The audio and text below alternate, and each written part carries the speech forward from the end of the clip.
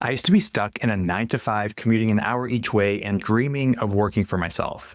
And today, I've built 2 6-figure businesses and I help other creatives build the life that they want. This video is a little different. I actually sat down with Harrison Coley for his podcast, and we walked through my entire entrepreneurial journey from working a corporate job to how I managed to build 2 6-figure businesses. Some of the stories in this interview I've never shared before, so I'm excited for you to hear them today. This was recorded back in February 2024, and I'm finally bringing it to you. So enjoy. All righty. Welcome back to Backtracks, the podcast where we explore the lives and the goals and the visions and backstories of amazing people, entrepreneurs, and artists. Today, I am here with the one and only, the man who needs no introduction, Chris Pieta, the founder of Pieta Productions. He's an Iron Man. He's a 6-figure business owner. And just like myself, he is an adult child. We play with Legos and we're proud of it. Chris, how you doing today? Hey, Harrison, great to be here. That's a pretty epic introduction right there. We do our best, right? We do our best. I'm so excited about this conversation that we get to have today. Chris, there's like so much for us to cover, from both being Ironman and how doing triathlons has affected us in business. I know that you are quite a personal development junkie, so I'd love to talk all things character development, personal development, and what you see are the factors that differentiate those that are successful and those that are not. And then I'd love to, if you're open to sharing some of your expertise and genius with the audience today about content production, creative production, and business in general. So without further ado, why don't you just start off with a little bit of a background on who you are and how you got here? Yeah, let's do it. My name is Chris Pieta. I'm a photographer and creative business owner. These days, I spend most of my time teaching other photographers and videographers kind of how to start their businesses and grow their businesses. But it took me a very long time to get here. Before I was doing that, I was running my production company full time. So I was doing product photography for CPG, food and beverage brands, helping businesses get better ad copy for their Facebook campaigns, redo their websites with better images there, doing videos for e-commerce brands, stuff like that. But really, the story kind of starts in like 2016 after I graduated college. I don't know if you want me to dive into everything right now or what, but we can Yeah, do.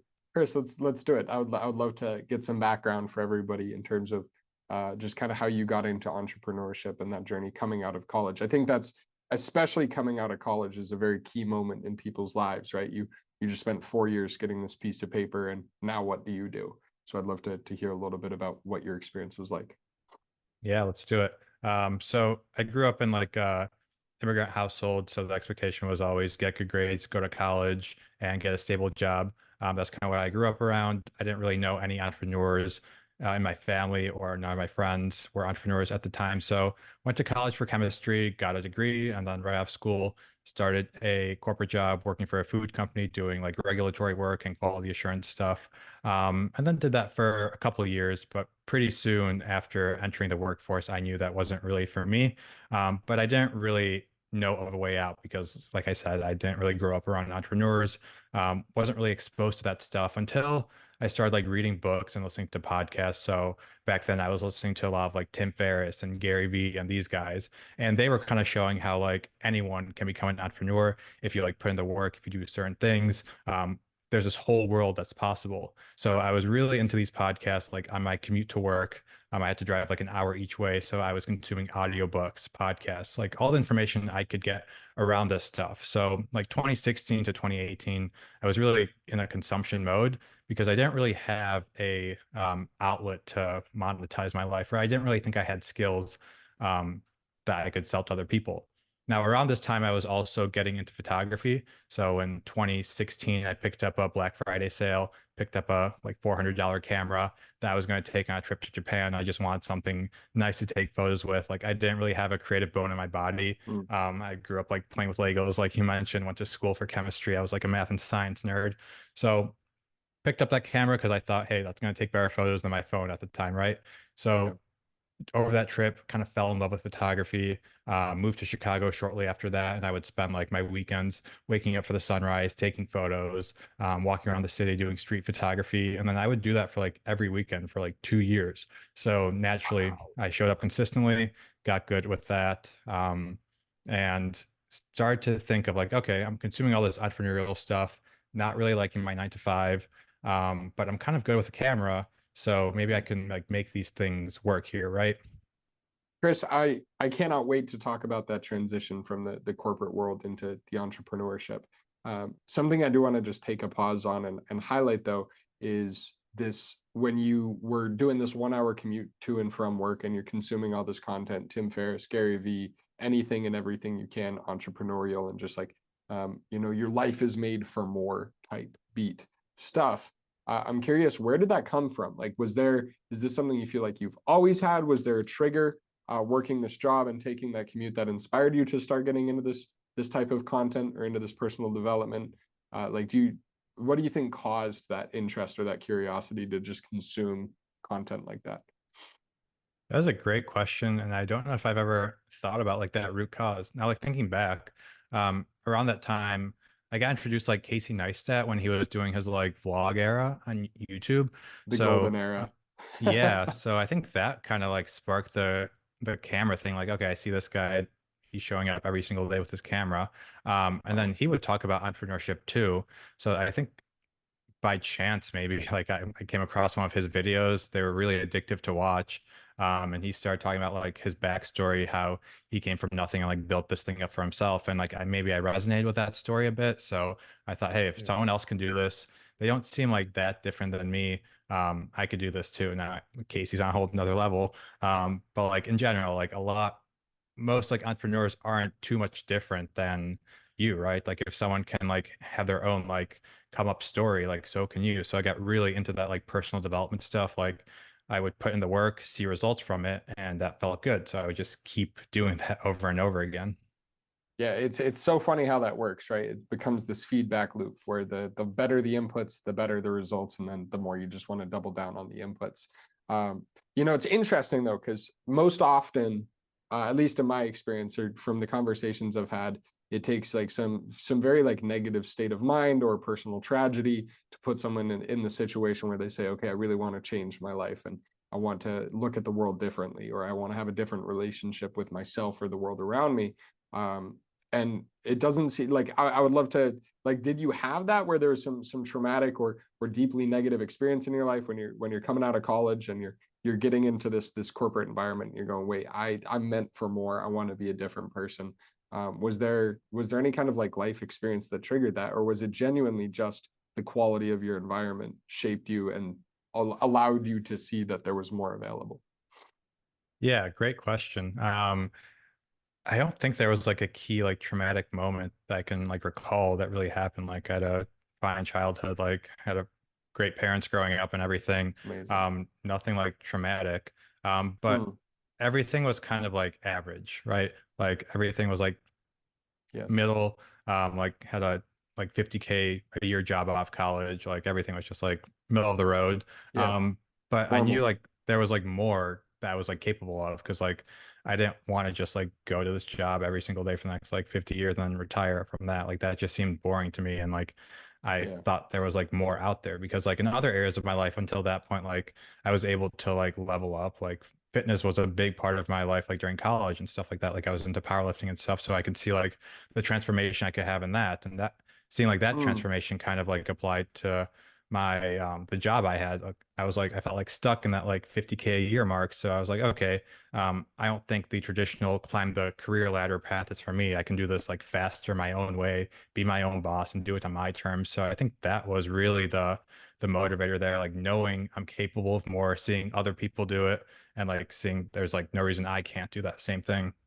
dude, I love this so much. And the reason I love this so much is I think that there's this narrative or there's this common perspective or shared belief that you have to go through something bad or you have to hit rock bottom to change your life and to have a better life. And what I love that just stands out immediately to me in your story is this willingness to adapt and change without the necessity of some significant like negative experience. It was just, oh, wait a second, like I'm living a 6 out of 10 life, but I know that I can live a 10 out of 10 life. And what would that look like for me? And who's the person I want to be, instead of getting woken up at 0 out of 10 and realizing, wait, I need to change something. And it's just key, I think, especially in the space that to acknowledge that we don't need to go through negative things to have positive things, right? I really like that piece of your journey. So thank you for sharing that. So okay, to get back on track, sorry, I wanted to take a pause there. I wanted to take a little pit stop there and highlight that. But to get back onto kind of the life journey. So you're working this commercial job, you're out of college, you're making 50K a year, it's great. You've picked up the camera, you're listening to Tim Ferriss, you're obsessed about this personal development, you've got good routine, good habits, you've got the fitness. What makes you want to get into entrepreneurship? What was finally the pull from the corporate life into, can I actually start making money with this $400 camera I got? Yeah, that was a long transition for me, because I was getting good at like photography, and people were starting to say like, "Hey, you're good at this thing." And I've heard of like photographers making money. People make a living with their cameras. So I was like, okay, um, I'm good at photography. I have like this. I want to have my own thing. So my goal wasn't really, hey, I want to become a professional photographer. My goal was really, I just want to work for myself, which I think is a lot different than what most creatives do. Like a lot of creatives just want to become like full-time creatives or something like that. I just wanted a way out of like the 9 to 5, and my camera was the answer to that. And people saying like, "Hey, your work's good," that kind of made me feel like it was possible. So I had like that small like glimmer of hope there of getting all this positive feedback from like both friends and family, but also like strangers online, which felt good. So I started like exploring all different avenues of photography. So I did like cityscape photography. Um, that's kind of like what I really focused on to get good. And then from there, I would try and like selling prints online, sold a handful, but that'd be like a couple $100. That's not really Yeah. replacing my income. Tried like portrait photography, working with like models, doing lifestyle shoots. Um, but then I kind of stumbled upon like product photography along that journey. And this is like late 2019. So this like made sense to me because I could my product photography can help other people make money. So there would be like a clear ROI with this stuff. Like selling prints, Yes. yeah, they look pretty on a wall, but unless I'm like the top 0.01%, I'm not going to make a living from it.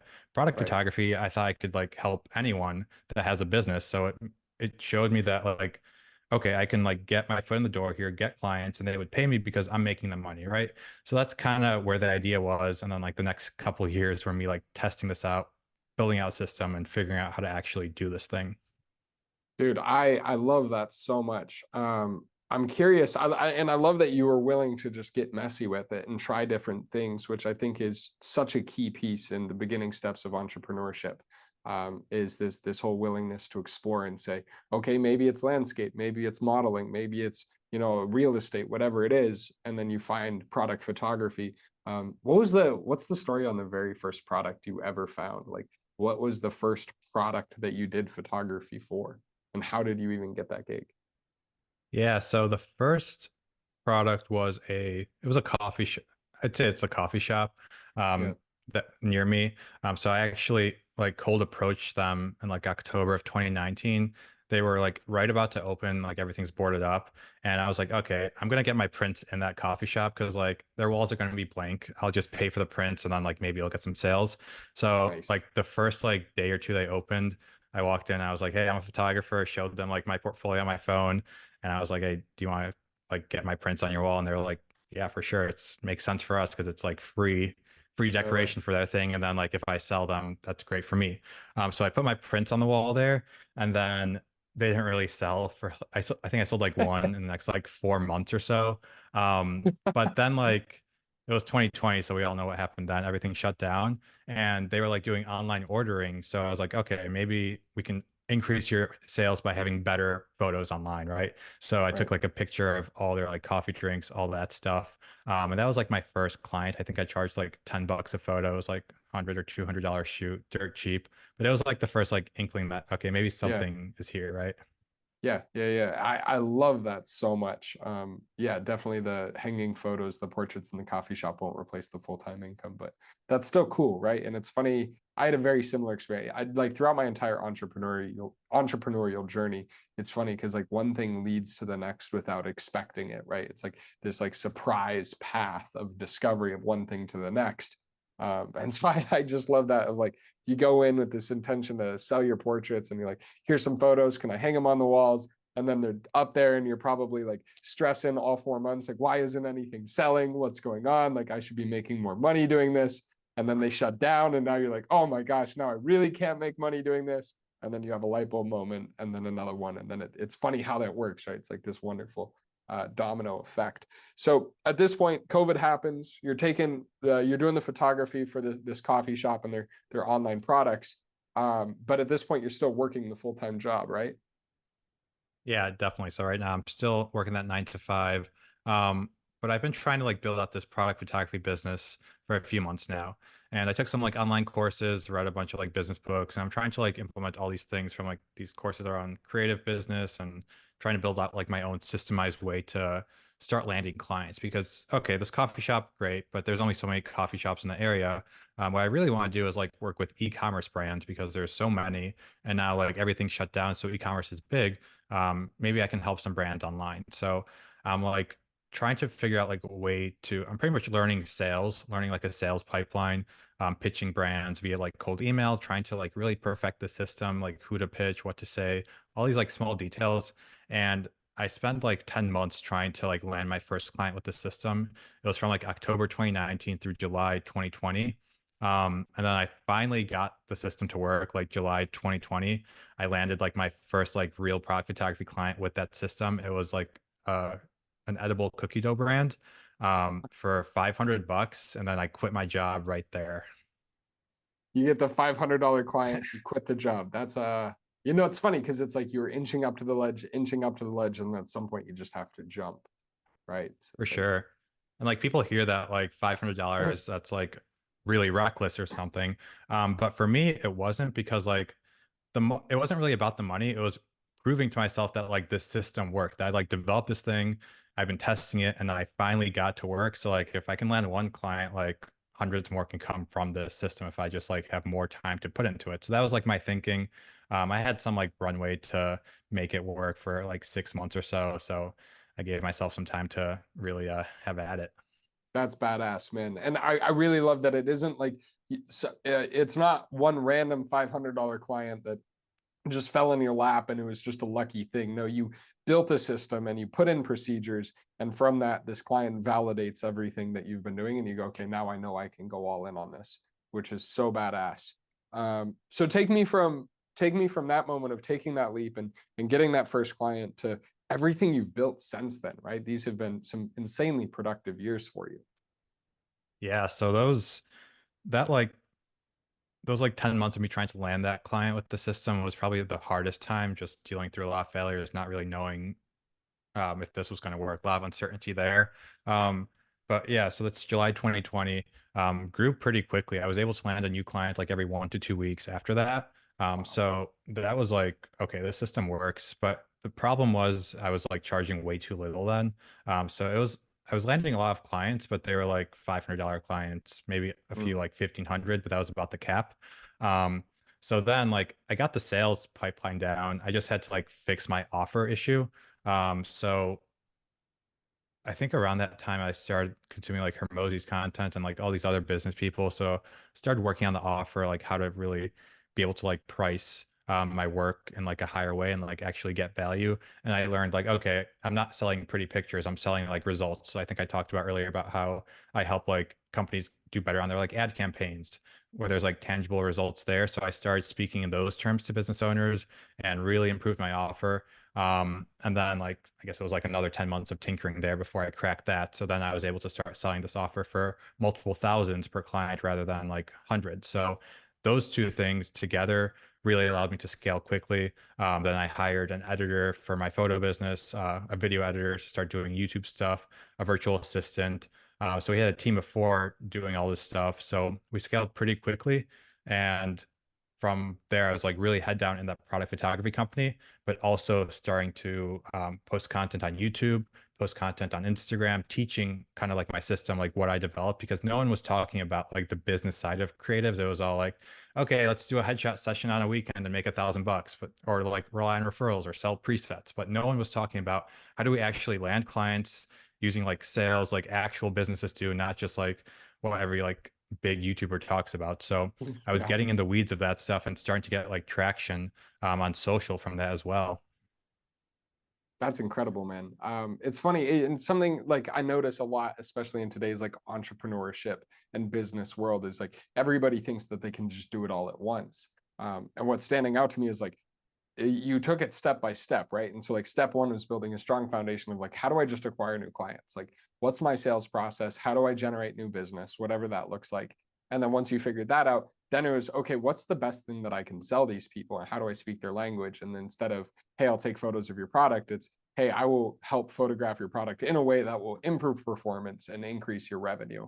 And so now you're actually packaging and you're presenting your offer and expertise in a way that's more enticing to them, which just obviously increases your conversion rate and stacks up your business. And then you start this personal brand. And so it's, you took it step by step by step, right? It's like, okay, I'm going to figure out my sales and make the money.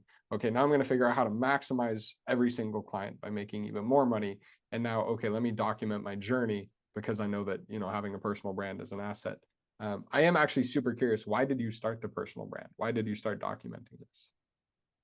Yeah, couple reasons. I think one, I thought it'd be fun to do this stuff. I think I mentioned like Casey Neistat was like someone I looked up to, so I thought that was like pretty cool. Posting YouTube videos, getting paid for that, that seemed like a pretty sweet gig. And two, like I learned so much from YouTube, like on my come up, like how to take photos, how to do all these like things with the camera. So I wanted to like give back to the community that like gave me so much here. So I started posting videos on YouTube. They all sucked early on, but you had to put in the reps.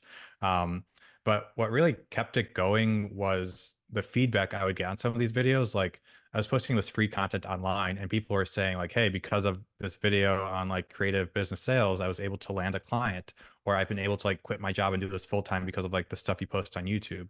So like hearing that feedback from like the community was what really kept me going. And it just like felt good to like get that feedback. So it was like for a selfish reason, like I just wanted to keep feeling good. But also it was awesome to like help all these creatives out there to learn these skills that no one was really talking about like at the time. Dude, that's so badass. I absolutely love that. Yeah, and it's interesting because like the content thing, like the personal brand thing, it's so pure and it's so much more valuable, I believe, when it comes from this place of just like, I've benefited so much from this that I just want to give back and share my story and share what I'm doing and just offer that to the world. I'm curious. And then Chris, where are you now? Take us to where you are now. So you go through this personal development arc, and then you get into business and you start the business and you actually systematically look at the business like a business and you scale it, you start building the personal brand, and now jump forward 4 years. You're crushing it, dude. Like you're absolutely a killer on YouTube. Your videos don't suck anymore. Your content hits. I'm assuming business is booming. Tell us a little bit about that. Yeah, that's high praise right there. Thank you. Yeah, these days, most of my focus is on helping other creatives, photographers, and videographers grow their own businesses. So that's what my content is. Like, I don't teach anyone like how to take photos or how to edit a video. My content is fully like, how do you get clients? How do you charge more per client? And like, how do you keep them coming back for more? How do you stay organized in business? It's all things creative business. So with that, like I was posting all these YouTube videos, all this Instagram stuff, with no real like monetization structure in mind early on, because I had like the photography company that was paying my bills, so like I was just posting this stuff for fun, honestly. But then like all these comments were coming in, like you're helping me start this business, you're helping me get clients, so I wanted some sort of way to put structure into what I was teaching, and that was in the form of like an online program. So I spent like late 2022, like just taking everything from my head, what worked, putting it down on paper. I'm trying to like organize how can I teach my system to other people? So wrote everything down like in a Notion database, like started recording these videos of like, hey, this is how my system works. Here are these like templates you can use for your email scripts, your sales stuff, all that stuff. And then I like soft launched it to like people like on my story. I think I posted like one story to see if anyone was interested, and sold it for like a really low price just to have like some sort of proof of concept, because like I knew this worked for me, like it transformed my life, but I wasn't sure if it was going to help anyone else, right? So Mm. I wanted proof before like I started like really selling this thing or trying to get into hands of more creatives. So I had like a small group of soft launch students. I think we had 8 people in that group, and this is December 2022 at this point. got in the hands of those people. Like a month later, I followed up with all of them, and it's like, where are you at right now? And then I was like blown away by the results. People like were telling me they were able to charge more per their photo shoots. They were able to use like my email method to land clients, and like I just didn't expect that feedback so fast. So I was like, all right, this works. So I launched it to the world end of January 2023, and I've just been growing that since. That is so next level, man. Nice. I'm super curious. Where are you going now? Like what's kind of on your is set? Where's your target set at now? I'm just really focused on this program, and I just want to get into the hands of more and more people. So that's been my like sole mission. I've like never. I was telling my girlfriend Kayla the other night. I've never felt like this focused and aligned with my mission, because like in the past, like yeah, I had goals, but I was still like early on in the game, so I'm still like trying stuff out, not sure if things are gonna work. But now, like, I know the stuff I'm doing helps people. I have proof of that. I know like how to get more people into it. So it's just focusing on doing the basics really, really well over and over again until I can like grow this thing and get into the hands of more creatives. Because the overall mission is to provide more accessible creative business education to more photographers, videographers, and designers. So we do that through like free content on YouTube, on Instagram, all this free stuff, which you can grow a business just by following that stuff. And then for anyone that wants to move faster, like I have a paid program that'll just accelerate your growth. So I want to get this into the hands of more people because like I have these testimonials. I know like the impact it has on people's lives. So I just want to impact more people's lives with this thing. So I'm solely focused on this. Yeah, I still have the product photography company, so that's like 5 to 10% of my time with some retainer clients. But I'm really just focused on growing this thing into the best training there is for creative entrepreneurs on the internet. That's badass, man. To the moon. Oh, I love it. Yeah. To the moon. So it's interesting, I'm sure you're more than well aware in this whole creator economy and in this like business owner, personal brand space, there's a lot of toxicity and like this whole online education stuff, like the average course completion rate across industries. And I could get this metric wrong, but I believe it's like 3% average course completion rate. And that's not people that succeed. That's just people that finish programs that they sign up for. What are you doing to provide and maximize the value that you're delivering to these people? And what are you doing to ensure at the best degree possible that you can, that the people who decide to invest with you or that engage with you and engage with your content actually get results? Yeah, that's a really good question and like something I'm trying to always improve because I want to, if anyone enrolls, I just want them to get the best results possible. So it's stuff I'm like continuously trying to figure out how do we get the best results for them. The coach that we work with, Dan Martell, says like, what would you change about your program if you only got paid if people got results? So that's like a question I ask myself all the time.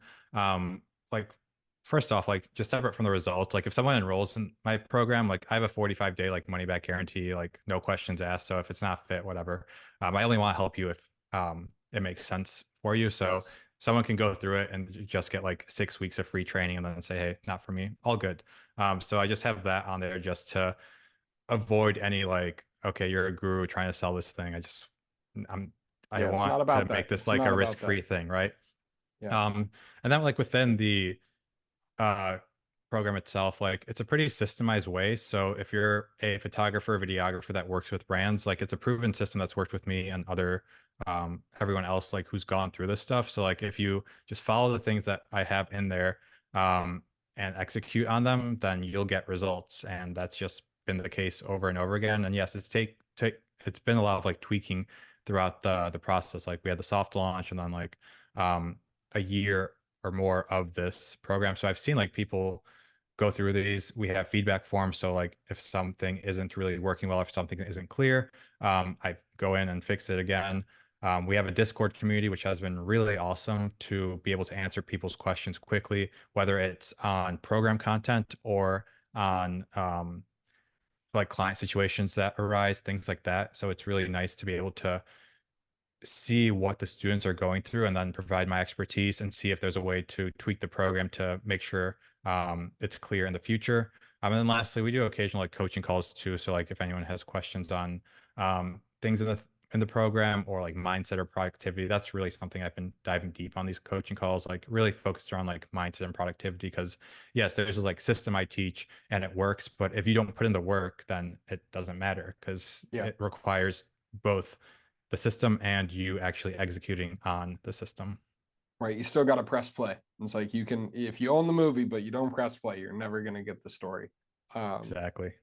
It's so, and it really comes down to best practices. And I ask this question because I'm curious, right? Because I don't think there's any like pure, like there's no one tried and like there's no perfect formula for client success. And there is a reality of Mhm. like a human element of some people just won't ever do the work. And so the reason I ask this, right, is because I'm curious.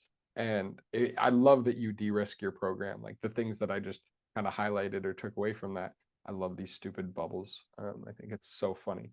Uh, I digress. The keys that I see is like de-risking the program and creating a sense of safety for clients. And so, hey, if you don't implement, if you don't take action, or you're not actually consuming the content, that's totally fine. Just take your money and walk away. The support and having the community where people can ask each other questions, they can hold each other accountable, they can come to you, they can come onto these calls. And then what I really heard when you're saying like adjusting the content, making sure we're delivering the content in the best way possible, is like setting extremely clear expectations of like, this is what it will require, this is what you need to do, this is how you need to implement this for you to get and replicate the same results. Is there's a part that you actually have to do, and clearly setting that expectation I think is absolutely vital. So I just wanted to highlight, I believe those were like the big best practices that you've been implementing for client success. Yeah, I think you nailed all of them there. One thing that I think was interesting for me, like seeing people going through it, is like I talk to like everyone that like enrolls. So some people will say like this is a big financial commitment to me, and some people will just like pay right away or just like process instantly. The people who it's like a bigger financial commitment for end up like getting way better results, because it's a stretch for them. So they want to get the biggest like ROI out of this investment. So they're going to just go through everything meticulously. Like I have students that like send me notes of everything they are doing inside the thing, which is awesome to see. But on the other hand, if it's like someone who it's not like a big financial commitment for them, it tends to be they get lower results from the program just because there's less skin in the game for them. So that's been like interesting to see, and I don't really know how to solve for that problem. It's just something that's I'm working on right now. Right. Have a more expensive offering for the people that need a more expensive offering. Yeah, There's right. I heard a mentor of mine say this thing, that the transformation is in the transaction. And this whole element of like, if you want extraordinary results, you have to put in extraordinary effort. And so it's like, I Hmm. think there's a key there of like, I've been in the same boat, right? Where you spend your life savings, or you put a program on a credit card, and you'll be damn sure that you maximize every single inch of it, right? You're going to Hmm. squeeze it for everything that it's worth, versus it's like you're in a situation now and I'm in a situation now. It's like you buy some $7 program, you probably won't ever open it, not because you don't think it's not valuable, but because simply there's not really any buy-in for you to engage with that. It's like, well, what do I really care about this thing? Um, so it is interesting, right? It's like it's a very Yeah. interesting thing when someone puts skin in the game. I'm Hmm. actually I'm curious on the same note in terms of putting skin in the game and getting results. To kind of go off on a tangent or into a little bubble, how have you, I know that personal development and self-mastery has been a huge part of this whole journey, and a part that you would contribute a lot of your success to. I would love to get your perspective on how has your personal development, self-mastery, and like learning to really maximize your behavior, how do you think that's tied into your success, and how have you approached that? Yeah, I think it's a journey that you're on for like a lifetime. There's no like finish line here. It's just you're constantly trying to improve yourself and become a better version of you, and that's what makes life fun for me, like always trying to push myself to like a new level. Like it, if you were to tell me like me 4 years ago I would be like in this position today, like I just wouldn't believe you, because it's like crazy how quickly certain things have changed. But if you look at like the day to day, you see like the consistent action that's like taken place in there, right? And that like a lot of that comes down to, yes, like the actions I do every day, but also like what I consume. So like the books I consume, like the coaching programs I'm in, like what I spend my money on for my own education, because I'm like a big believer in like continuously leveling up my education and like reinvesting in myself, because that's how I've always gotten the highest ROI. Like I've had money in the stock market versus like buying like an online program that teaches me business. Like the business program is going to be a bigger ROI for me. So like I've been like reinforced to do that behavior. So I just like keep doing it. Um, Mm, but like it's a commitment to yourself that you have to like try and improve every single day. And you have to like audit that improvement as well. So like I journal like every day. Like I got my journal right here. I track like what went right, what went wrong, what should I like keep doing, what should I eliminate. And like the shorter you have those feedback loops, the faster you're going to progress. So like auditing yourself every day, like, okay, I did this and this habit and I felt this way. Or if you feel like shitty one day, like, okay, I did this today, I probably shouldn't do that in the future so I don't feel this way again. And it's mm. been like a journey of trying to like nail the habits that really help me versus hurt me. I've been like trying to do this for like multiple years, and like only recently have I like really optimized like my calendar, how I know like where I can put my energy, like diet, all these things have just been recently like everything's kind of like clicked, which is part of the reason why I'm like so focused like this year to like really grow this thing. I love that so much, man. And I think a lot of this, like the shortening the feedback loop and really like taking the time to examine yourself and examine what you're doing ties totally like very similarly into like the time you're taking to implement something you're studying or the time you're taking to actually take action on a program that you've invested in, which is why I ask these questions. Something I've noticed in myself and the majority of people around me that I study is so often I find that humans, including myself, do things directly against our own self-interest, right? We know we shouldn't eat the cookie. We know we shouldn't hit like press snooze. We know that we should actually consume the content. Like nobody buys a program intending not to consume it, right? We all like decide, hey, I'm going to hire this coach because I want to work with them, and then they never take action. It's not, they didn't come in with the intention to, buy and then just kind of disappear. Um, what's your relationship with that, like contradictory action, and how have you found effective to overcome that? Yeah, so these are great questions, by the way. So this almost sounds like delaying gratification for the greater reward, right? And that's actually something I've struggled with for a very long time. Like doing the thing now that's hard so I can get the result down the line. Like it's hard for like your brain to connect the dots that way. And what really has allowed me to do that is like looking back and measuring against the progress I've made in the past by like doing these actions, and then just like forcing myself to be like, hey, these things are good. You should keep doing these things, even though like your brain doesn't really like in the moment, your brain wants the thing that's easy, that's fast, but you know that's not like good for you, and it's really hard to like do the things that will benefit you long term, but you need to have some sort of way to track progress. And I think that's the best way to develop that kind of habit. Because if you're not tracking progress and you're not feeling like you're accomplishing anything or moving forward towards something, then you're not going to be doing the actions that are important in your business. So that's why I don't really have like financial business goals. I have like daily and weekly like input goals of like, these are the things I have to do. And then I could measure myself against like what I did that day and feel accomplished. And if I do that right, then the financial goals and all those big picture goals are just going to happen as a byproduct. And I've heard so many like successful entrepreneurs say that, and they're successful. So I'm just going to replicate that and um, hope it's true. But I don't have to hope anymore because I've had evidence that that does happen in my life. So Yes. early on, it's extremely hard to do this stuff, but once you start getting small wins, like really savor those small wins and take them for what they are, because they really reinforce those good behaviors. I love that. Yeah. And I think it is like so much more scalable and efficient. Like, let's say in business, it's like, okay, I want to, like, the goal of I want to make $50,000 this week versus the goal of if I spend $20,000 this week on ads, like if I do it right, if the input is quality, like the results will actually outpace themselves. And now you're focusing on what is in your control. And it's a direct stretch instead of like kind of just wishing for something to happen. It's interesting though, like this whole delayed versus instant gratification thing. Something that I've noticed is like it's so easy for me to grasp the words easy now, hard later, hard now, easy later, right? This concept of, well, is what I'm doing setting me up to succeed in the long term? It's so easy for me to intellectualize that, right? But then to embody it, to actually choose the thing that I don't want to do is like mind numbingly difficult at times in my life. And there's other moments where I've, insane momentum.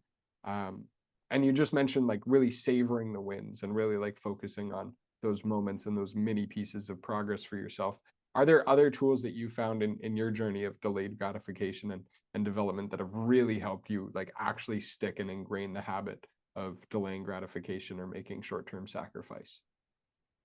Yeah, completely resonate with what you said there too. In terms of, I think the feedback loops I was talking about earlier help with that. One thing I've done, really been doing like last year.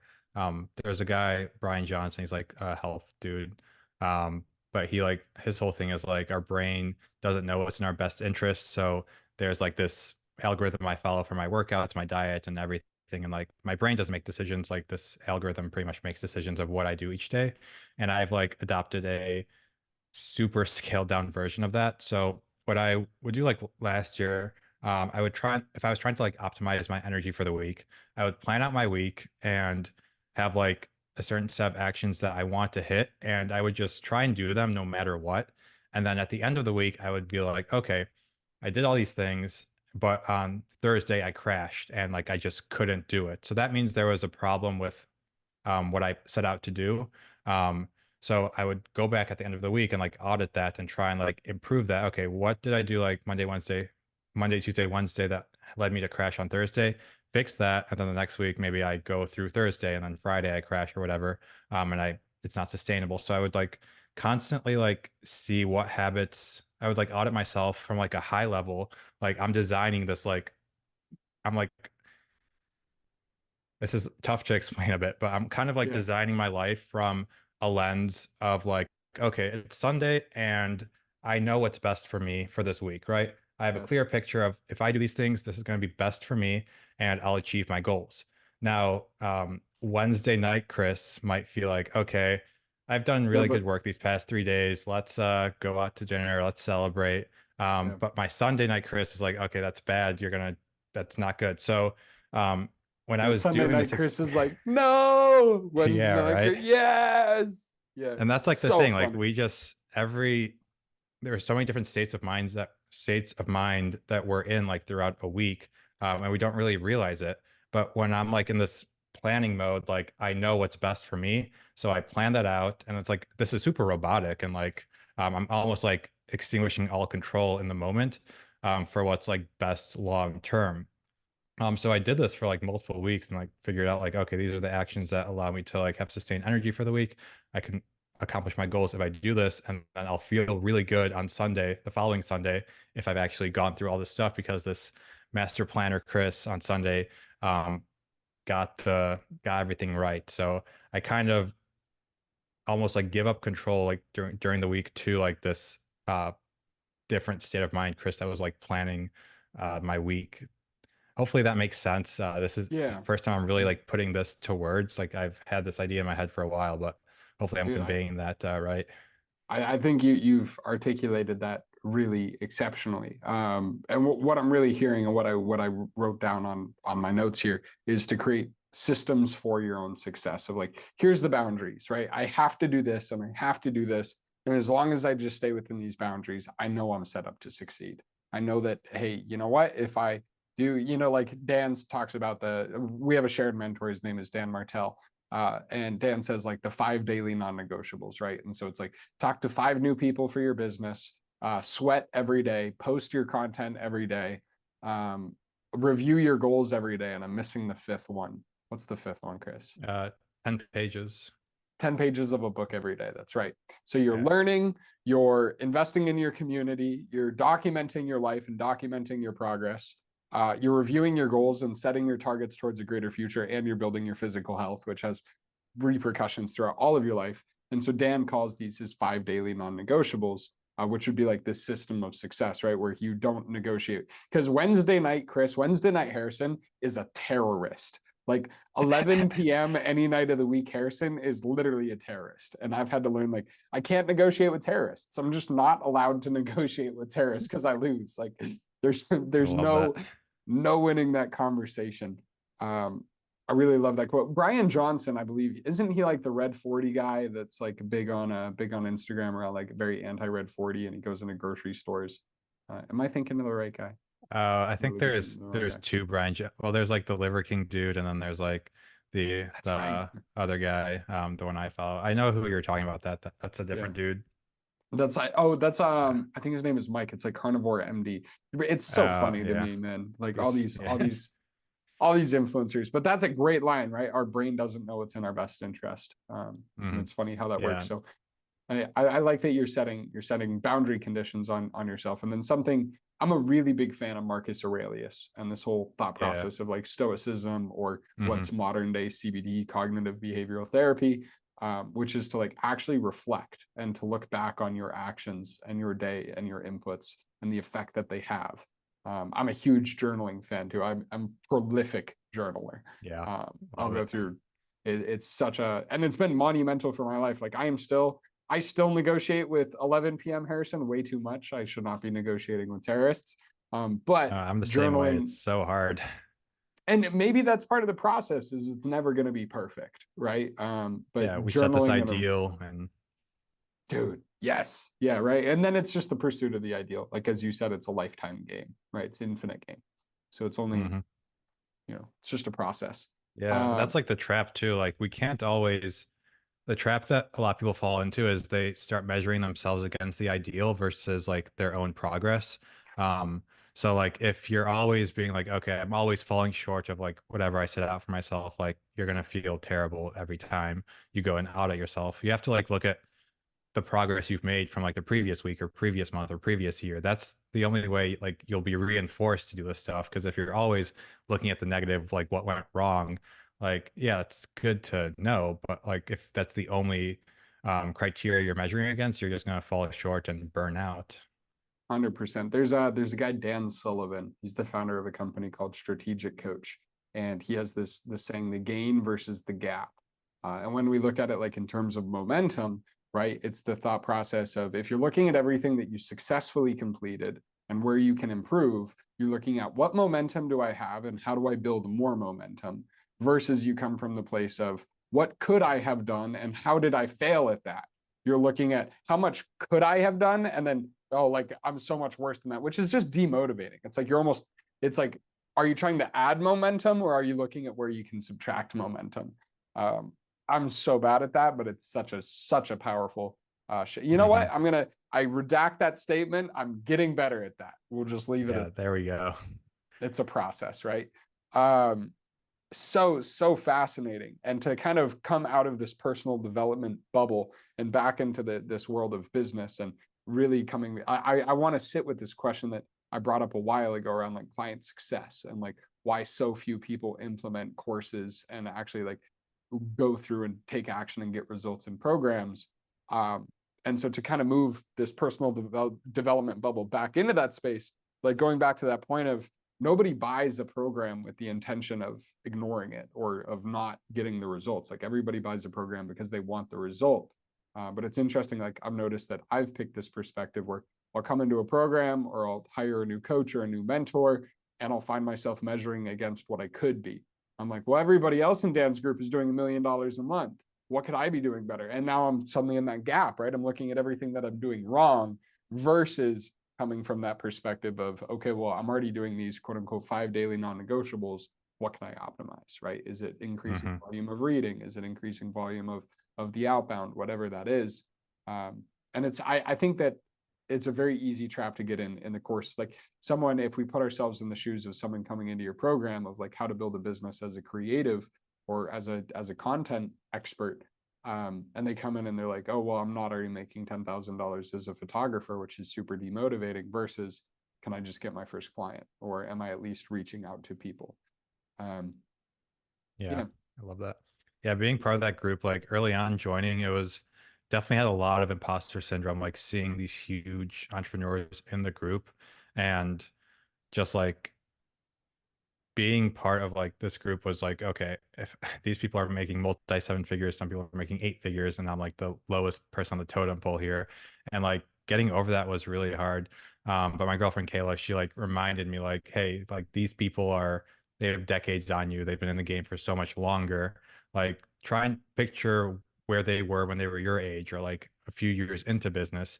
And that reframe that she mentioned like really helped me get over like that imposter syndrome because I know like, okay, I'm doing the things that these people are doing. I'm doing the inputs. So if I keep doing them, I'll eventually get there. Like, and also like our mentor, like he screened everyone. So like you deserve to be in this group. So that's been a reframe that's really helped me too. Super key reframes. And that again, it's like it's eliminating any kind of gap between where you are and where you want to go. Right. It's like, well, I'm doing the things and that's all that matters. Because instead of, Hmm. oh, I need to do 50,000 this week, it's no, I'm spending the money on the ads or I'm posting the content. And I know that if I do that, whether I make the 50K or not, I'm doing the things that will lead to the result that I desire. Which is so much more Spot on. important, right? Focusing on what's in your control. Um, I wanted to ask out of curiosity. So the personal brand, you started your personal brand and started documenting and sharing stuff on Instagram and YouTube just purely because you had benefited from that content originally. And it was something that you felt called to like give back. How has that affected your business ever since? Because like that's kind of developed into your business, right? Is helping people with the same things that you're documenting for free. And what's Hmm. been your relationship with the personal brand being a professional asset? Yeah, it's gone through a lot of shifts because it started off early as like okay, these are photography tips for creatives, quickly transitioned into like, okay, I'm sharing like business knowledge on on there. Um, but sorry, what's the question? Yeah, what's your relationship with having a personal brand being like a business asset, right? Because it's like your Yeah. YouTube, your Instagram is you, right? It's like your journey, your perspective, your life experience, and then it's also the thing that Hmm. drives revenue in your business, which is like kind of weird to think about, right? Yeah, yeah. Like I would have never thought that I'd be doing something like this because I was always like the shy, quiet kid, like growing up all through school, even college. Like I wasn't really, I was super introverted, like still am. But developing like a personal brand felt like something that I had to do to become like the person capable of doing the things that I wanted to do, which was helping more creatives. So I started showing up on camera, was terrible at first and eventually got better and better. So I went from like this shy, quiet kid to like a YouTube like personality, which is like a crazy transformation. And what really helped me with that was I was pretty bad on camera, like pretty bad at like just going like talking like this. Like I Mm. would have never been able to like hop on a podcast and just talk to someone. I had to like script everything out word for word. So like I bought a teleprompter for my camera and I would actually spend like 95% of the time like writing the script, researching, perfecting everything there. And then for the camera, I would just press record and then just like go through the script and that was it. So like I focused on my strengths, which was like what I could do behind the scenes, like researching, writing Mhm. the scripts, creating like a story there and a framework to help people. And then I would just like read off a teleprompter and that would help me so much to like actually create the content. So that was like the strategy I used. Like I dug into my strengths there and it worked. Like I focused on the strengths. I got better at the stuff I wasn't good at. And over time I just improved and improved and improved to where I'm at today. The other part of that was like how am I balancing like showing my personal life and the stuff I share on camera, which is like very Yes. difficult. And this is Our the key question. Like this to me is everything, right? Because like we're moving into a creator economy, the attention economy of like, one of the most effective ways to generate new business is a personal brand. But then how much of you do you bring versus how much yeah. of it is like business? Yeah, like now I feel like social media now is all about authenticity. And I've really struggled with that early on. Like, what parts of my life do I bring into that? What do I keep out? But I've Yes. started just digging into just showing up on my Instagram stories, being sharing more of my like come up story on my Instagram page, and I didn't do this for the longest time just because I didn't really think I had that interesting of a story, which I think is a limiting belief everyone has. Like so many Yeah. people say, like, "Oh, Yeah. my life isn't interesting," but people can relate with like your story. You say your stories to find a relatable audience, to inspire, to show them your transformation so that they can do the same thing. So that's been like kind of what I've been thinking of that. And also just Mm, opening up more about like my personal life. So like I talk about like my hobbies. Like I talk a lot about fitness now on my stories, like things I'm really passionate about, my life with my girlfriend. Like I talk about right. that stuff all the time just because I want to like lift the veil on like who I am as a person. But Mm, there are still like things I just don't talk about because I don't really think to mention them, or I don't think the audience would be interested in them, which is like probably something I'm gonna get over in the next year. I don't know. It's a continual process, but yes. trying to show up like authentically has been good for me. But everyone throws around that word and it's hard to like define too, because like I hear like Yes. be authentic, and like what does that mean, right? Right. Well, because it's qualitative, not quantitative, right? It's like it's something that it's hard to measure in a KPI of how authentic was I on social media this week, right? It's not exactly Yeah. measurable in that way. Um, it's interesting. I was going to ask, are there things that you have hard boundaries on not talking about? And how do you balance that? I want to kind of dive into this if you're okay with it. And so I guess let's just start with that question of, are there things that you restrict or completely like don't bring to social media or the public eye at all? Yeah, I think this is actually a good question. It's something I've been trying to improve. I don't really talk about the people in my life often on social media. Like my girlfriend has been like an extremely big part of like why my business is successful. Like she'll disagree and say like No, it's she's all just my you. support system, but she's been like a huge driving force for me because she's just this like the supportive person in my life who's always pushing me to become a better version. So she's been such a big part of that. Like we started dating in 2019, so she saw me when I was still working at 9 to 5. But that's one thing I've struggled with over the years. Like I don't really talk about my parents or like my friend group or anything like that on social media. Mm, Partly because I don't feel like unless I run it by them, it feels like an invasion of privacy almost, or if I'm just using them for marketing. So I don't know if that's me, a limiting belief I have, if that's something that I should start doing more, keep it where it is. So that's just something I'm currently thinking about, and what direction do I go? Because I don't know the answer here, right? And if I mm. want to be authentic, do I include these people in my content? Do I not? I don't know what the right call is. Right. And it's tricky because part of that is up to them, right? It's not just you, Hmm. which is super interesting. Another question I have on the same topic, and the reason I'm so curious is because I play in the same space, right? And so I don't think there is any Hmm. right or wrong answer. Um, let's say you're going through a challenge or something that's relating to you personally, or something that you've been dealing with or managing, but you're concerned that sharing it could have a negative impact on your brand identity or on your business. Would you share it, and what's your relationship with that whole like authenticity versus business strategy, and how do you balance or clear the difference? Yeah, that's another great question. We're really diving into the good stuff here. Um, I don't know if I would share it in the moment. I would probably share it once I like solved for that problem, I think, because that's how I've always approached content. Like I've had all these experiences and I've always like come out on the other side as a better person because of them.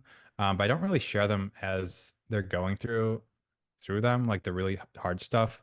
But like, yeah, like if I'm building something in public or like doing stuff like that, yeah, I'll share it. But if there's like something that I'm dealing with that is like super private, I don't think I would share that until like after I overcome it, which again, I don't know if that's like a limiting belief I have or what, but that's Hmm. kind of how I see it. Maybe I don't know if it's because I don't want to come across as strive from like this, or go away from like this ideal that I've tried to portray on Instagram. I don't think that's it.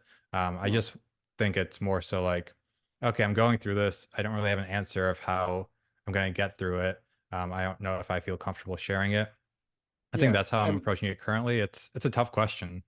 It is, and there is no right answer, which is why I'm so curious about this. I also think there's an element of like, then you're not begging for attention by just saying, "Oh, I'm dealing with this thing and I don't know how to solve it." Meh. Yeah, that's To one, be like and I hate charity. Like I don't want to, yeah, yeah, I charity want to do cases. everything myself. Like Yeah. it's, Yeah. You know, it's interesting because I used to be that person. I used to share everything I was going through in the moment, not because I wanted attention, but because I was just excited to share. And there's a reality that I've come to, like, I'm building a new relationship with it in terms of like, there's that whole saying in like Eastern belief systems around like evil eye, right? Where like people see the things you're going through and it's like they're mm, either annoyed or inspired, or something like that, mhm. and irritated or inspired, right? And so I've been coming to this realization of like, and also I believe it's so much more impactful for your audience if you're able to actually come out the other side and then share it. Because then it's not you being lost in the weeds and saying, please help me, I'm lost. It's I was lost and now I'm found, right? It's like literally that Amazing Grace verse of like, hey, I once was lost, this is what that looked like, and now I'm found. And it's like Mhm. documenting that and being able to bridge that gap. Then you can relate to people and guide them or help them versus just relating to them and being like, yeah, life sucks and everybody's miserable. Um, I have a very similar approach now. I used to be much more like in the moment, like coming to you live, I'm sad. Yeah. Uh, and I've taken definitely a new approach to it. You've actually Mhm. just inspired me through this conversation to share a little bit. I had knee surgery this summer, and so I spent 4 months this summer Oh yeah. unable to walk. Mhm. Actually got an infection that was like potentially life threatening, and I haven't Oh talked wow. about it at all. Except, Mhm. so it's actually interesting. No, I was talking about it in the moment. Like I was talking about it like, yeah, my knee's infected. This really sucks. I'm totally miserable. And then I stopped talking about it. And I'm like, wait a second, actually, right now is the best time to talk about it. Cause now I've distilled all the lessons out of it. And I can say, yeah, this Mhm. was a miserable experience. And check out all these awesome things I got out of it. Yeah. Uh, so it definitely gives you Having that some perspective on perspective. it. Yes, There we go. perspective. Bam, some golden nuggets. Mhm. Um, what's one thing that you wish you did more of at the beginning of your journey? This is gonna sound, uh, since I sell like education product, like this is gonna sound like I'm just trying to sell myself.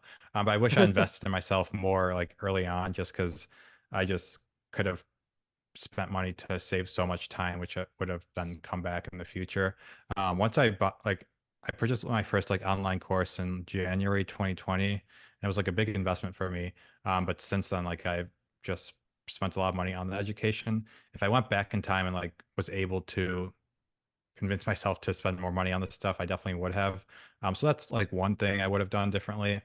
Hmm. Um, but I'm not really a big fan of like looking back and like saying like if I would have done this differently, um, would I still be like where I am today? Because I really like where I'm at today. Like I really, really Yes. love my life. And if I went back and did stuff differently, I don't know if I would end up here. So I don't really look back and think about those things, which I don't know if that's good or bad, but that's just kind of how I operate.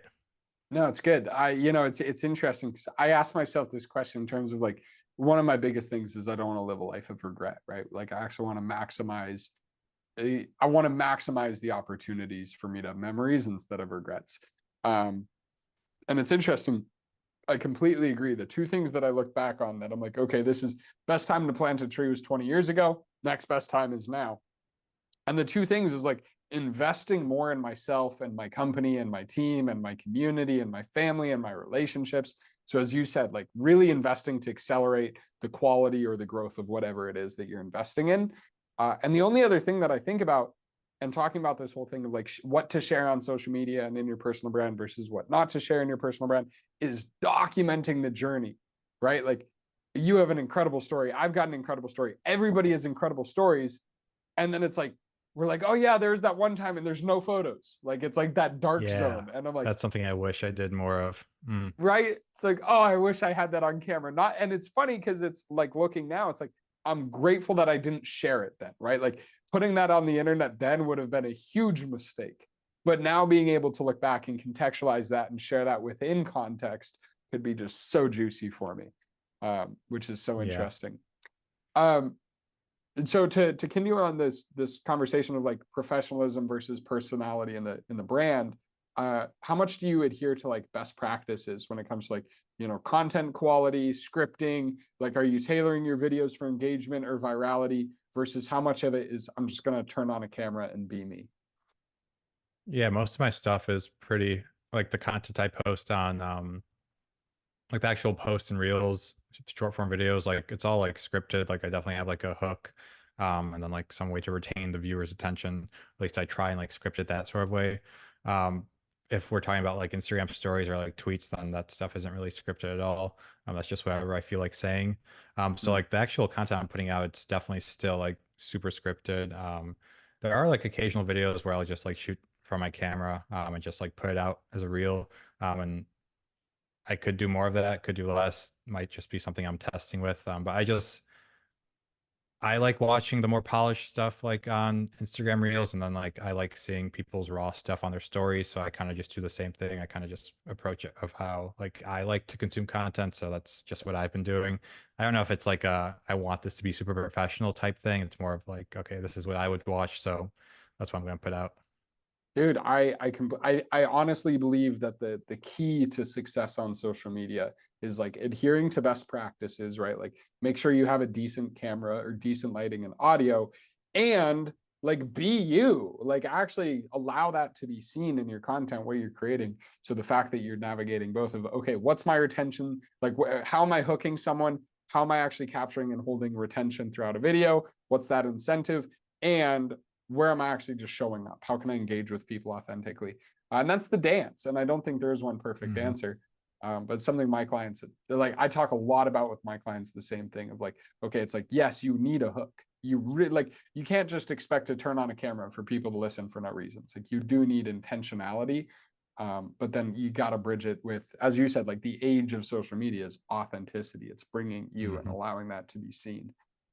Super duper key. Yeah, it's because you hear about this stuff like all the time with people trying to start posting content without any structure, and then they give up because there's not getting any traction. Which is, I mean, you're gonna go through that period of time. One thing that I'm dealing with right now is like I've had like some stuff go viral, and I kind of like know why, because it was like controversial. Not like anything political or whatever. It's more like, okay, I price my stuff at this rate, and I'm a photographer, and then the comments were like, you don't deserve to charge this much. And it's funny because Yeah. it's like other photographers telling me that. So like I made this like, I didn't realize it was going to be controversial when I posted it, but after it happened, like I'm like, okay, now I could just make controversial reels and get a million views every time. But I haven't really, like, I don't feel comfortable doing that. Like the stuff I put out is just like, I try and make it like pure value. Like this is super educational stuff. I don't really try and make it like controversial or anything. So now I'm like in this weird position where like, okay, do I try and make everything get a bunch of views, or do I just like stick to what I've been doing? So I don't know what the right answer is. I'm kind of experimenting with both and just going with it. Yeah, I mean, I would actually love to maybe open up a conversation here because it is a dialogue. Because I've noticed there's really three different, if I can point my fingers the right way, there's three different like primary objectives with a piece of content that you can have, right? It's engagement or virality. Like, can I just get this to have as many views as possible? But that's like cheap. It's a cheap thrill, right? It's a number with no substance. The next thing that you could really be incentivizing around is like sales or leads, which would be value, right? Can I just Mhm. pack as much value into this as possible? Very like Alex Hermosi style content. And then the third format is like authenticity or personability of like, can I just build relationships?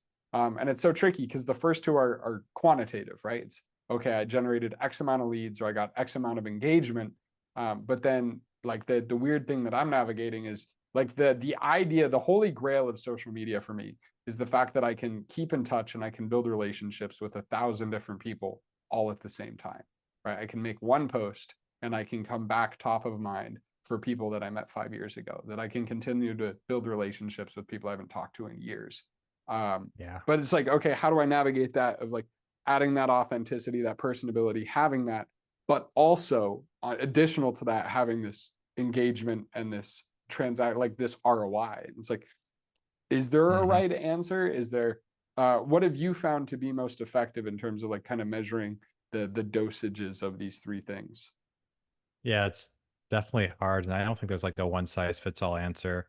No. Because like just today, like on our coaching call, there was like a dude in the group that has like a couple thousand followers doing 100K a month off social, which is like wild. And then there's also like accounts that have like a couple 100,000 that are nowhere near that. So there's no like one size fits all answer. It's like the quality of leads that you attract are going to be the things that you correlate with your revenue. It's not going to be like the number really. It's like the percentage of like qualified people that really resonate with your stuff. So I've really focused on mainly like the educational stuff, like the Hermosi stuff, like you mentioned. So like I really tried to do that kind of stuff. But this year and the past few months, I've really also tried to include more like personal branding stuff. So like my story, what I've gone through, like things like that into my like social media posts. And those tend to do a lot worse than the educational stuff, because like I'm not like appealing to a mass audience. I'm just like re-engaging the people who already follow me and want to learn more about me. So it's hard Yes. to put like dollar signs or anything like that or stuff like that. Um, the other part of that is like how, if my mission is to like provide accessible, like creative business education, does the personal stuff matter towards that mission? Like, I don't know, if Right. people connect with me more, maybe they'll execute on the stuff I teach better, but that's really hard to measure. And Yes. this is, I'm not giving a clear answer on what's best to do here. No. But it just varies so much here, and you have to experiment, you have to test stuff, and it takes a long time to figure out what works for you and what doesn't. Yeah, I think there's no one size fits all in this, right? It's like a, what do you see? Like, as you said, right? You're gonna have to experiment with it and kind of test different things out. Um, I'm super curious. Another question that I had a question that I was going to write down, and then I took a note, and then I forgot the question. But I have a second question that I didn't forget, and that's, what do you notice are the biggest differences between like Instagram versus YouTube, and building platforms on both? Like lead quality, how to build the actual account. Like, is there a different content strategy? Is there a different process that you go through? What are some of those key differences that you find? Yeah, very, very different platforms. I actually haven't posted a video on YouTube in like 4 months at this point. I don't know if I've talked about that publicly yet, but I haven't posted on YouTube in a long time, mainly because of the sheer amount of like effort it takes to create a really good video on there versus like to create like 10 shorts or something like that. The Mm, return on those like short form videos has just been a lot greater for me recently. Um, but the long form stuff on YouTube, I love creating because it just delivers a lot more value and you can really teach people like step by step, like how to do something. Like if I want to learn how to do something, I'm not going to go to Instagram Reels. I'm going to go to YouTube to look it up. So if I if I want to make a video on like how to land a client in 4 steps on YouTube, I can do that in 10 or 20 minutes and really dive into the things that will get people better results. On mm, Instagram, I'll make the same video and I'll have to cover it in like 30 to 60 seconds, which yeah, it's going to give them an outline of what to do, but people aren't really going to take action from that. no. Um, so they're very different platforms. Um, Instagram is definitely better for moving people from the platform into like your own community, because like Yes. Instagram, you'll be like, okay, here's this candy. This is what I offer. Now come with me to my community and I'll really show you what I have in store here. So that's kind of I don't, like I don't know Instagram why, in a but nutshell. I just got this visual of like the like free candy van. So like, you want some candy? I I'm mean, that's sorry. like Instagram in a nutshell. Like It kind most of people are trying to is. move people off of the platform into their own communities, whether that's free or paid, doesn't matter. Yeah. A lot of people like move them into like YouTube videos, right? Yep. YouTube, on the other hand, it's so much more um, in-depth knowledge, like super valuable content, at least for like our community. Like there's a Mr. Beast and Yes. whatever. Um, but you can really dive into everything, and like people don't really need that community, or people don't need an extra step after that. But the thing is, like, you form such a deep connection on YouTube with someone that they're going to want to join your Yes. community, regardless, because okay, they see this person, they taught me this thing, I want the next thing here. So um, they're both different. YouTube, you can form a really deep connection just through the Mm, videos. Instagram, not so deep, just on the short form, but then you share your story, you share all these behind the scenes things in your life, and those you can form a deeper connection there. So they're yes. both very different platforms. You can accomplish very similar things on both. They both take a lot of time to get right. And I don't know, if you're starting, I recommend Yeah. Instagram because it's easier to grow and you'll learn short form video. It's easier than long form video. But YouTube is definitely here to stay for a long, long time. For sure. It's definitely a lot more resilient of a platform. And just let the record reflect, I did not pay you to say that Instagram is the better platform to build a business on. That wasn't me. But it really is like what I've noticed the key distinction is like YouTube is better for building a brand in terms of like brand, right? Something that's long-term, established, recognizable.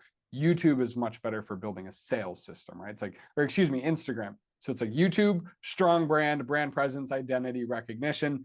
Instagram is like this, I'm going to drive revenue. Like you can actually turn Instagram into a sales vehicle, a funnel, versus YouTube is more like it's a compounding asset over time. It's like a logo, right?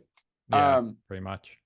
For you, monetizing Instagram, monetizing social media, what's been working? What isn't working? What's that looking like? Like, I'd love to, this is like, now we're getting into my world. Like now we're talking like generating leads on social media, which is my favorite thing to talk about.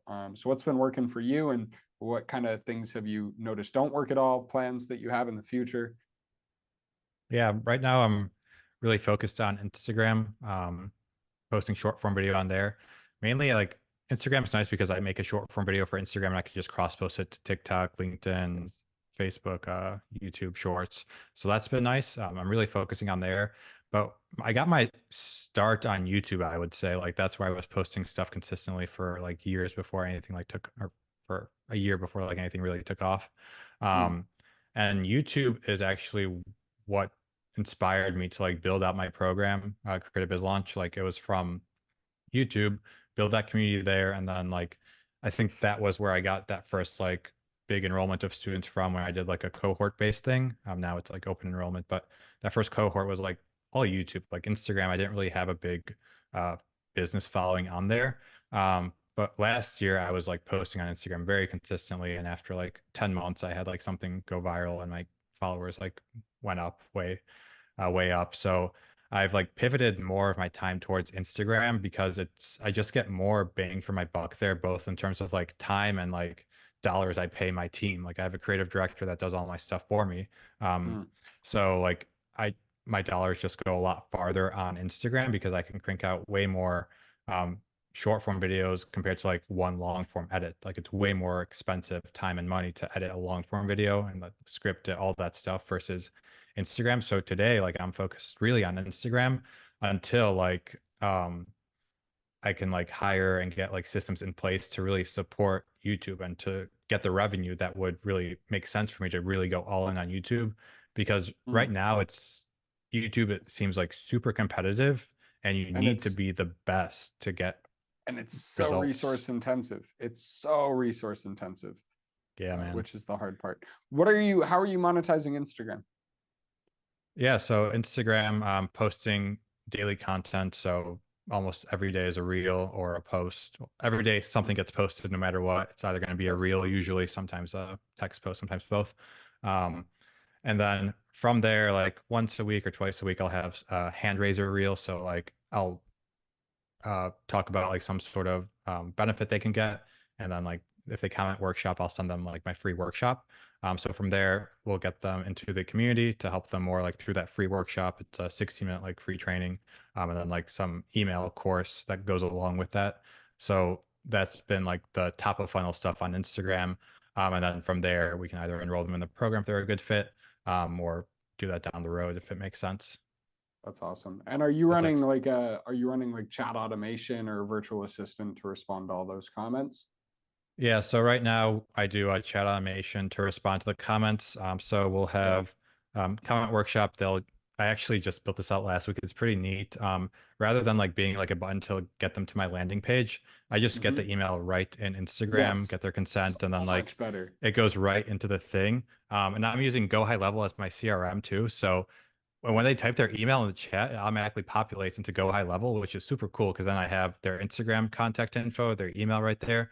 So it's great from like a back end, like Yes. CRM perspective. And from there, I have usually they'll go through like that email sequence, which is a lot of like value up front, and then like sales emails to enroll them into the program. And then from there, like 30 days after that, I'll have my uh, VA follow up with them and asking like, hey, hope you got value out of the workshop. Did you want any of my help to grow faster? Right. So something super There simple, you just go. reopen the conversation, see if people got value from it or not. And then that one like helps me improve the workshop, and two, like opens Yeah. the conversation to help them even more through the program. So that's been like the workflow recently. Dude, I love that. Anybody that doesn't recognize the name Go High Level, it's intimidating. It's a blank piece of paper and like one of the most powerful software tools that I've found in marketing. I love Go High Level. Dude, can I It's talk about that for a bit? yeah, we can talk about Go High Level for sure. It's the best, man. It is the like I'm so sick of all these platforms charging, like throttling how much data you can process, or if you send a certain volume, you have to pay more. Go High Levels, like we don't care. Do whatever you want. Here you go. Yeah. So like I'm not affiliated with them at all. Neither But it am I. was They're the best. so it was the first CRM I used right when I was starting my business, because I took like Good this pick. course about how to automate your business. And that was like the first course I took. And I had like no clients. I had no reason to automate.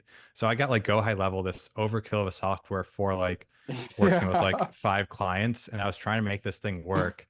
And a big mistake I made early on was trying to like use softwares to like fix underlying issues. Like I didn't know sales. I didn't know how to create a good offer. So I thought, okay, I just slap the software together, it'll fix that.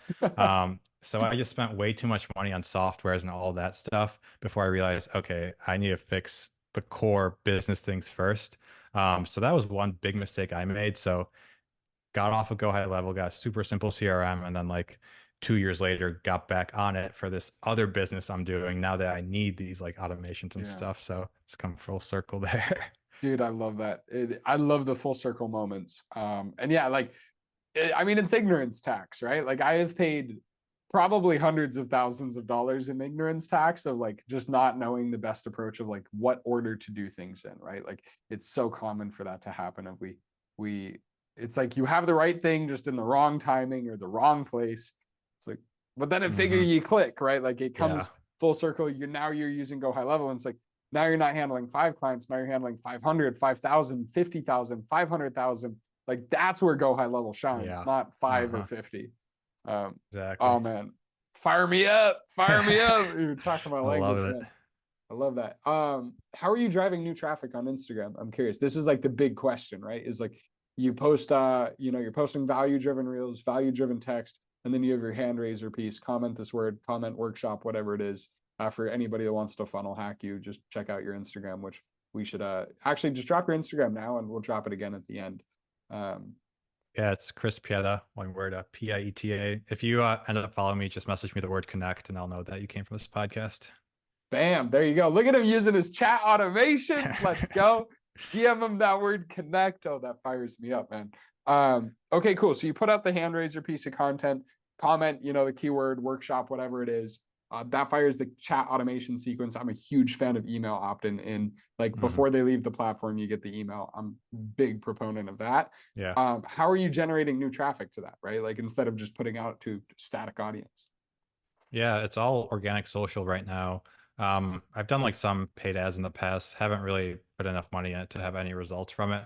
I think I'm running a boosted post right now because that was a reel that was really doing well. So I just boosted that. But it's all organic social right now, and it's focused on volume because I'll get more out of paying an editor to paying my creative director to like create this piece of content than running paid ads on Mm, random stuff. So I could just pump out this stuff at volume, and it's going to drive traffic to my page, and then posting content that nurtures my current audience. So I mean, it's hard to get traffic on organic stuff. Like it's something I've struggled with a long time, and I'm still like trying to crack what the formula is. It's only getting more competitive, but focusing on volume has been good for me. Like it seems to grow my page yes. steadily over time. Some stuff is going to go viral, most of the stuff isn't, and that's fine. But as long as there's growth week over week, month over month, you're on the right track. Yeah, I think you're definitely taking the strategic approach. And my favorite thing about the like Instagram growth funnel and like using Instagram as a business funnel is like you can do the compound interest of just posting consistently. You can get organic momentum through virality and through, people sharing posts.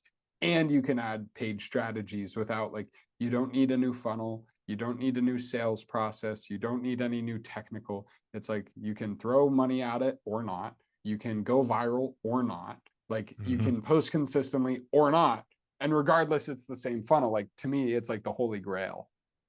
Having done everything Yes. from the webinar funnels and everything else, it's like this is the thing, man. It lights me up. Yeah, I love it for that reason. And it can be really simple too. Like you should keep it simple. And I think that's a big mistake a lot of people make is try and overcomplicate the stuff and like do YouTube and Instagram. And I've learned Yeah, like simple is always usually the way to go. 100%. Keep it simple, stupid. Hmm. You've heard that. Sorry. I don't mean to insult you. It's a saying. It's an acronym, I promise. Oh man, that's crazy Love it. stuff. A fun fact that we didn't talk about on the podcast, but I think is just so awesome. Both you and myself at the beginning of our entrepreneurial journeys ran a full distance triathlon, which I just think is That's right. absolute G. I guess to kind of close up this podcast and kind of bring us back full circle into like the journey and the arc that you've been on. What lessons did you gain from what did you glean from completing the triathlon, the Ironman, and how do you think that's impacted this whole giant arc we've Mhm. covered? Yeah, that's actually surprised we haven't talked about that yet, but that was one of the things that I think led to my business success early on and mainly like confidence. This isn't to Amen. say you have to do an Ironman to build a business. I'm not trying to say that. This is what I had to do for myself. Yes. So Yeah. like this is 2019. I guess like let's back up. Like in high school, I always thought it'd be a cool thing to do an Ironman sometime in my life. I figured I'd be like 40 when I did it. But then like 2019 came along and I'm like, okay, I'm sick of this 9 to 5. Starting a business would be cool, but I just don't have the confidence in myself to do this. I don't think I could start a successful business. So I'm like, okay, that's risky. What can I do to like prove to myself that I can start a business? Oh, I'll just do an Ironman, right? So this is like something that you have to show up every single day for, train like 6, 7 days a week, and commit to it for pretty much a full year. So that's what I did. Like 2019, I just told myself, okay, I'm going to do an Ironman. Um, Started looking up training plans, would train every single day for each week from January through September. And it was very, very hard. But at the end of those like 9, 10 months, I crossed the finish line and I was like, okay, I can do that. I can start a business. That should be easy from there. So my goal was like just to prove to myself that I'm capable of doing something really hard. And that's what I did. And I was able to get that self confidence that, okay, I did this hard thing. I could do other hard things. Dude, amen. I literally have nothing to add. That's I had the exact same experience and the exact same intention of like I can do hard things and here's the proof. Um, Not that Yeah, everybody love needs it. to do that to be successful, but it was the biggest game changer for me. Because talk Hmm. about the cookie jar, right? Like talk about learning like and actually celebrating wins and savoring progress on delayed gratification. Like that to me was the most ultimate practice of that. It's like, whoa, Hmm. I really can do this. Yeah. Really special moment. Um, Chris Pieta Productions, the man who plays with Legos and builds six-figure badass businesses with incredible personal brands. Um, Thank you so much for your time today. I've really enjoyed this conversation, and I know that I actually have notes, and I never take notes, and I've got some solid notes from this podcast. So thank you for your golden nuggets and just being willing to show up and share with us. Yeah. Thank you so much for having me. Hopefully, I lived up to those expectations set out at the start here. Hopefully, someone Dude, got some value out of this here. I'm an open book, so happy to share all I can here. yeah, that was absolute liquid gold on my end. Chris, if someone found this valuable, someone enjoyed listening to this and finds you entertaining, inspirational, or educational, what's the best way for them to engage with you and connect with you? Yeah, that's going to be Instagram. We've talked about Instagram a lot during this podcast, but I'm Chris Pieta on there, Pieta. Follow me, message me the word connect. I'll know you came from Harrison's podcast here. I'm also on every other social platform. So if you're not on Instagram, just follow me wherever you are and I post stuff every single day, almost everywhere. So I'm wherever you are. You're the man. Thank you so much for your time, Chris. This was awesome. Thanks so much.